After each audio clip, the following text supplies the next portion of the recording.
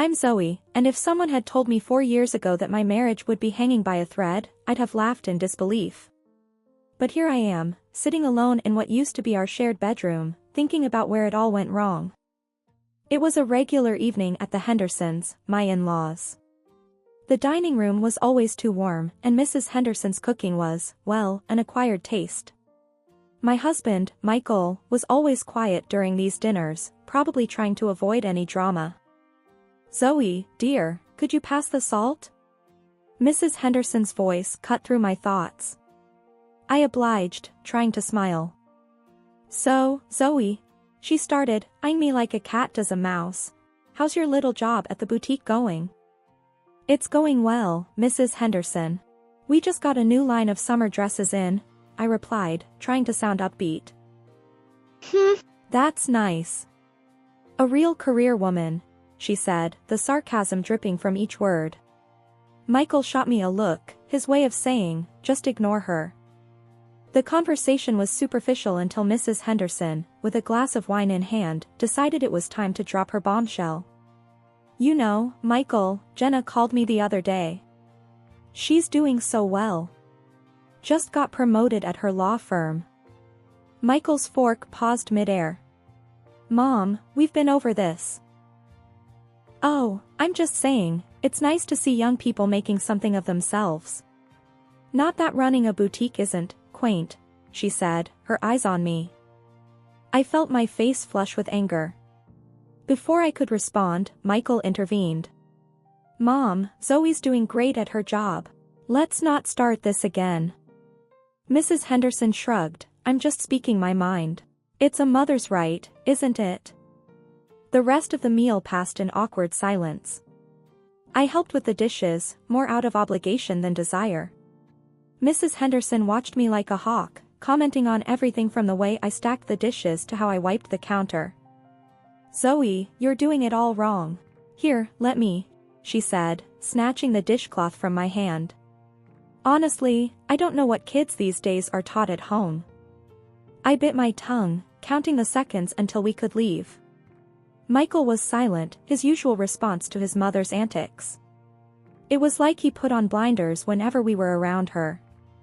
On the drive home, I couldn't hold it in any longer. "Michael, your mother is impossible. She criticizes everything I do.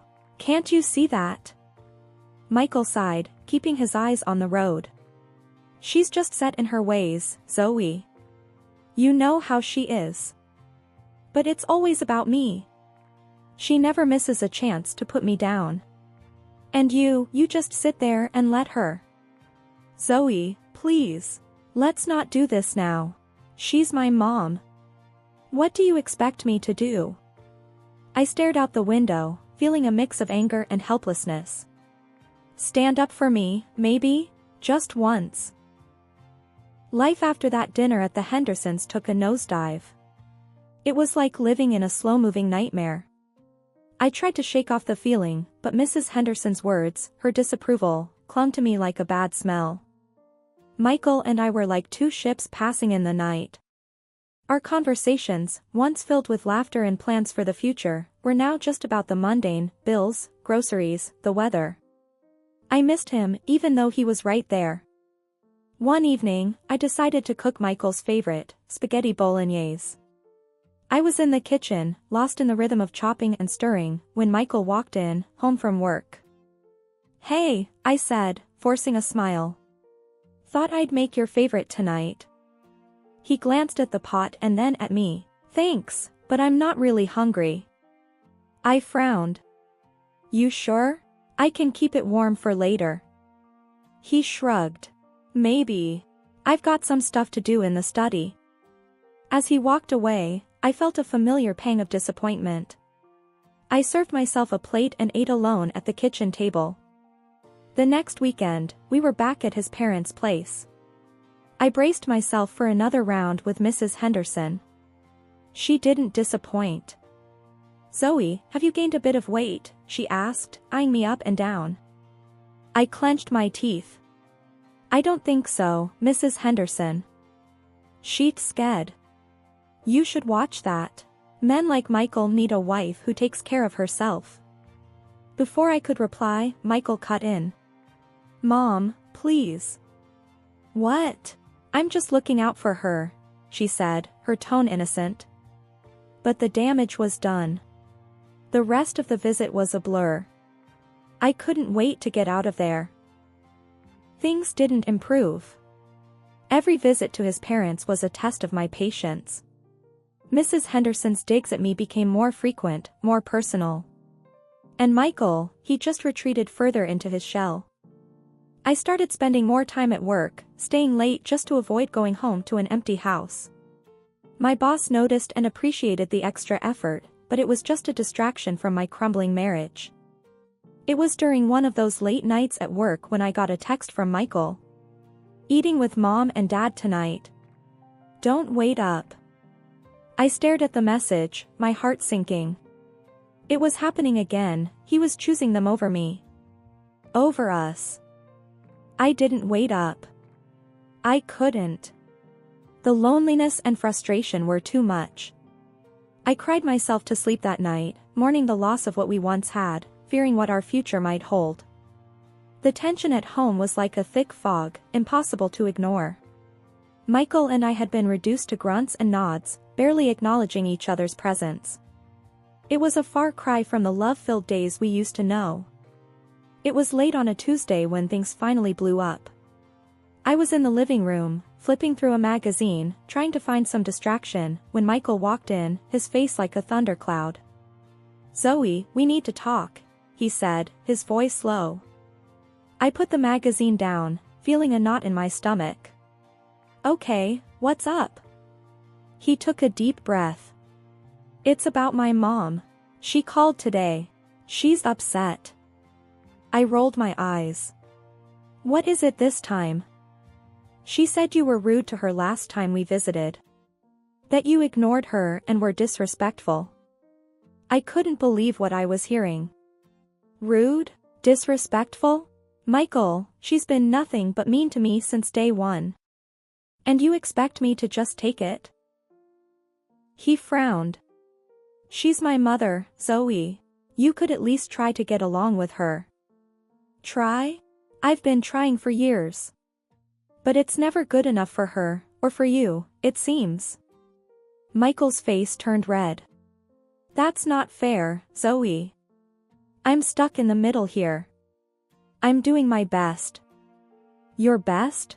I laughed, but there was no humor in it. "Your best is letting her walk all over me. Your best is taking her side every single time." He stepped closer, his voice rising. "What do you want me to do, Zoe? Cut her out of my life? She's all I have left of my family. And what about me? Am I not your family too?" He shook his head, frustration etched on his face. "You just don't get it." "No, Michael, you don't get it. You don't see how much this is hurting me. How much you're hurting me." We stood there, glaring at each other, the years of unsaid frustrations boiling over. It felt like a dam had burst, and all the anger and hurt came pouring out. "Maybe you're just like her," he finally said, his voice cold. "Maybe she's right about you." That hit me like a slap in the face. "Right about me? You think I'm the problem here?" He didn't answer, just turned and walked away, leaving me standing there, shaking with anger and disbelief. That night, we slept in separate rooms. The gap between us had turned into a chasm, and I had no idea how to bridge it. I lay awake, replaying the argument over and over in my head, each time feeling more lost and alone. The next morning, the house was like a battlefield, silent and tense. We avoided each other, moving around in a strained dance of avoidance. I left for work early, the need to escape the oppressive atmosphere overwhelming. At my desk, I tried to focus, but my mind kept drifting back to the argument, to Michael's words. It felt like we had reached a point of no return, and I didn't know how to feel about it.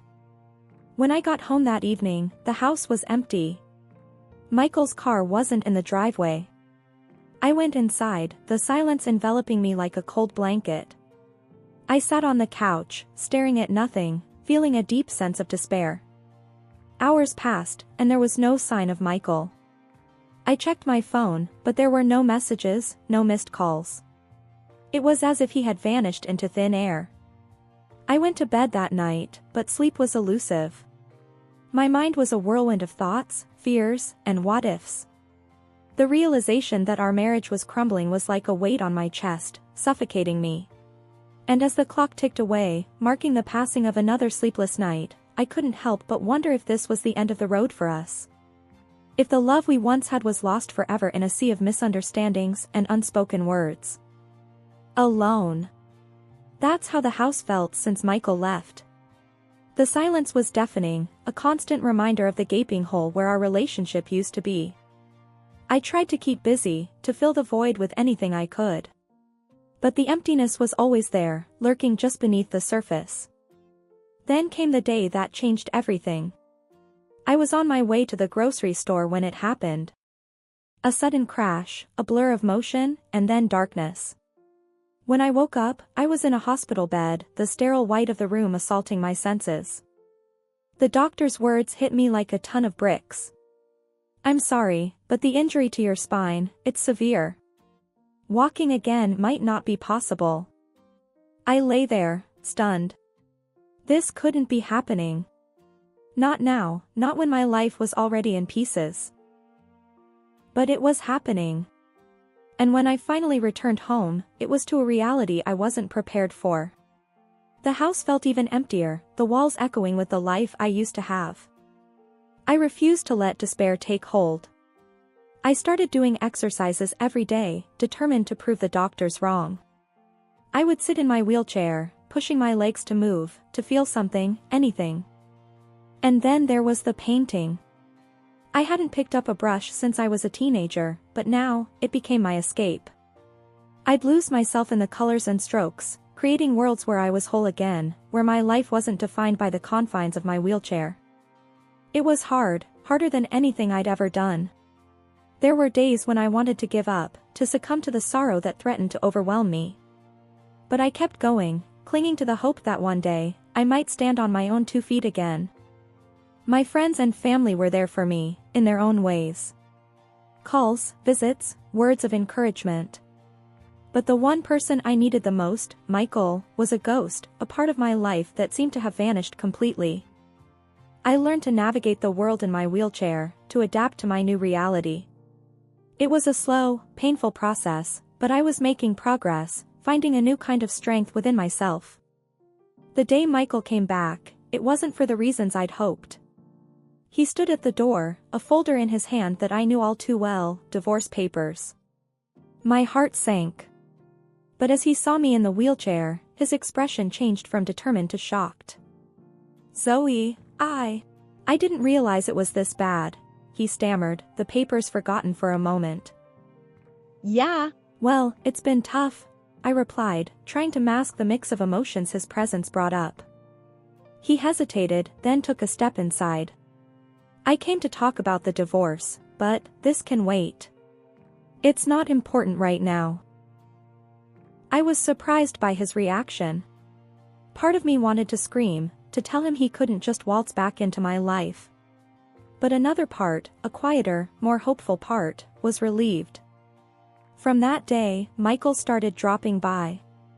At first, it was awkward, the air heavy with all the things left unsaid.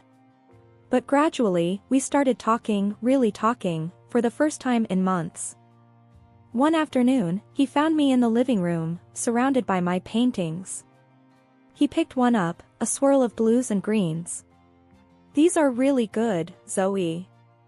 I didn't know you still painted." I shrugged, feeling a flush of pride. I needed something to do. Helps me forget, even if it's just for a little while. We sat down, and for the first time in a long time, we laughed. It was like a window had opened, letting in the fresh air of our old camaraderie. We talked about everything and nothing, work, friends, a new movie that was out. As the days turned into weeks, Michael's visits became the highlight of my days. We'd talk, laugh, and sometimes just sit in comfortable silence. It was a tentative dance, a slow rebuilding of trust and affection. And with each visit, I felt something shift inside me.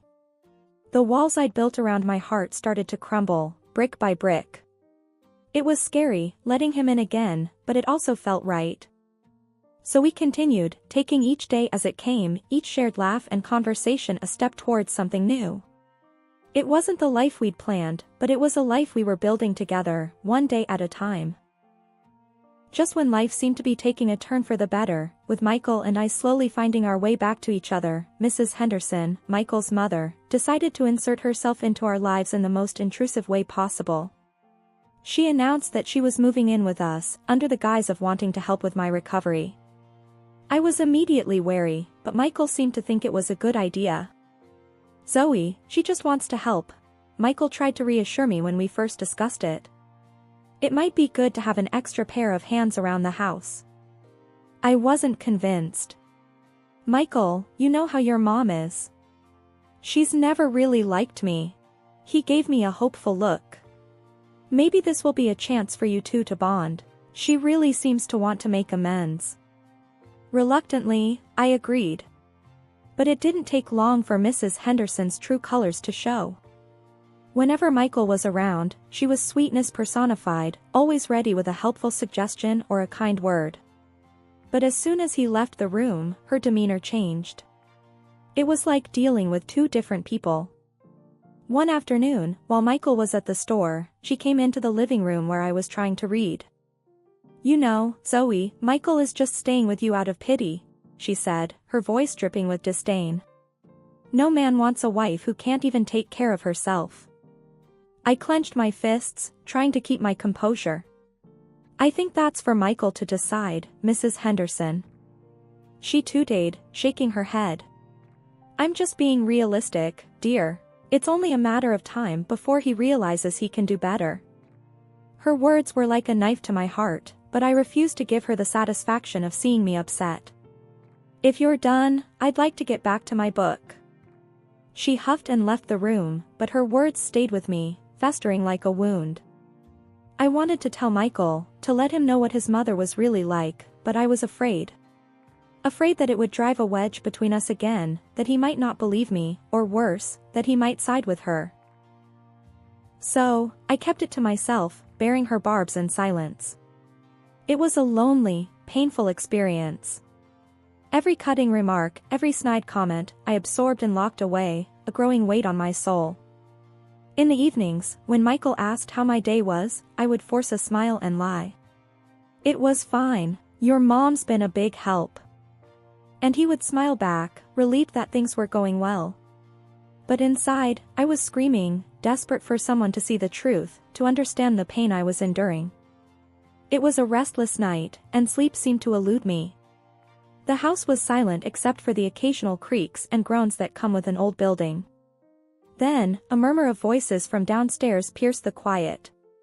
Curiosity piqued, I wheeled myself to the top of the stairs, straining to hear the conversation below. It was Mrs. Henderson and Michael, her voice a sharp whisper that sliced through the stillness of the night. "Michael, look at these pictures. This girl, Laura, she's a teacher, beautiful and healthy. And this one, Sarah, she comes from a good family. You need to think about your future, about having a family."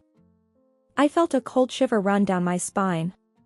Was she seriously showing Michael photos of other women? Michael's voice was a low rumble. "Mom, stop this. I'm not interested. I love Zoe." "Love?" My heart fluttered at his words, but Mrs. Henderson's next words froze it again. "But she's a cripple, Michael. She can't give you what you need," Mrs. Henderson hissed. I clutched the railing, feeling like I'd been punched in the gut. Her words stung like acid. Michael's voice rose, tinged with anger. "That's enough, Mom. I don't want to hear another word. I love Zoe, and I'm staying with her. This is my decision." There was a pause, and then Mrs. Henderson's voice, now shrill with rage. "You're wasting your life with her. She's nothing but a burden. It would be better if she just..." I couldn't believe what I was hearing. Tears blurred my vision, and a sob caught in my throat. "That's it, Mom. Get out of my house. Now." Michael's voice was like thunder, a sound I had never heard from him before. The sound of footsteps and a door slamming jolted me back to reality. I wheeled back to my room as quickly as I could, my mind racing, my heart in turmoil. A few minutes later, Michael came into the room. He looked distraught, his eyes searching mine. "Zoe, I'm so sorry. Did you hear all that?" he asked, his voice breaking. I nodded, unable to find my voice. He moved closer, kneeling beside me, his hands reaching for mine. "I never wanted you to hear those things. My mom's gone. I asked her to leave. I want you to know that I meant what I said. I love you, Zoe, and I'm not leaving you." His words were a small comfort against the backdrop of his mother's cruelty. But in that moment, with Michael holding me, I felt a glimmer of hope. Maybe we could get past this, maybe our love was strong enough to withstand even the harshest of storms. The days after Mrs. Henderson was asked to leave brought a sense of calm to our home that I hadn't felt in a long time. Michael and I were finding our rhythm again, slowly piecing together the fragments of our relationship. It was during one of these peaceful afternoons that my phone rang, breaking the tranquility. The caller ID showed Mrs. Henderson's number. With a deep breath, I answered, "Hello?" "Zoe, it's me," came Mrs. Henderson's voice, laced with a tone of distress I wasn't used to hearing from her. "Michael, he's cut me off. After everything I've done, he won't even help me financially." Her words stirred a mix of emotions within me. "Mrs. Henderson, what happened between you and Michael was bound to have consequences. You said some unforgivable things." There was a pause, and then a sob from her end. "But I'm his mother. How could he do this to me?" "Maybe it's time you reflected on your actions, Mrs. Henderson. You pushed him away with your words and actions," I said, my voice steady despite the churn of emotions inside. "But I need his help, Zoe. I have nowhere else to turn." I sighed, feeling a pang of pity but standing firm. "You brought this on yourself, Mrs. Henderson. Michael needs to do what's best for him, for us. Maybe this is a wake-up call for you to start making some changes." The call ended with her in tears, but I knew I had spoken the truth. It was a difficult conversation, but necessary. Turning to Michael, who had been listening quietly, I saw a mix of emotions on his face. "Are you okay?" I asked. He nodded, wrapping me in a gentle embrace. "I am now. It's hard, but I think it's for the best. We need to focus on us, on our future." Our future. The word filled me with hope. We had weathered the storm together, and now it was time to rebuild. "We have a lot to look forward to, Michael. Just the two of us," I said, smiling up at him. He returned the smile, his eyes bright with the promise of a new beginning. "Yes, we do. I love you, Zoe, more than ever." As days turned into weeks, our home became a sanctuary of love and understanding. We talked about our dreams, about starting a family, about moving forward together. The challenges we had faced only made our bond stronger, our resolve firmer. One evening, as we sat watching the sunset from our porch, Michael took my hand. "This feels right, doesn't it? Just us, moving forward together." I leaned against him, feeling the warmth of his presence. "It does. We've come through so much, and now we have a whole future to look forward to. Just us." In that moment, I realized how far we had come. From the depths of despair and loneliness, we had risen together, stronger and more united.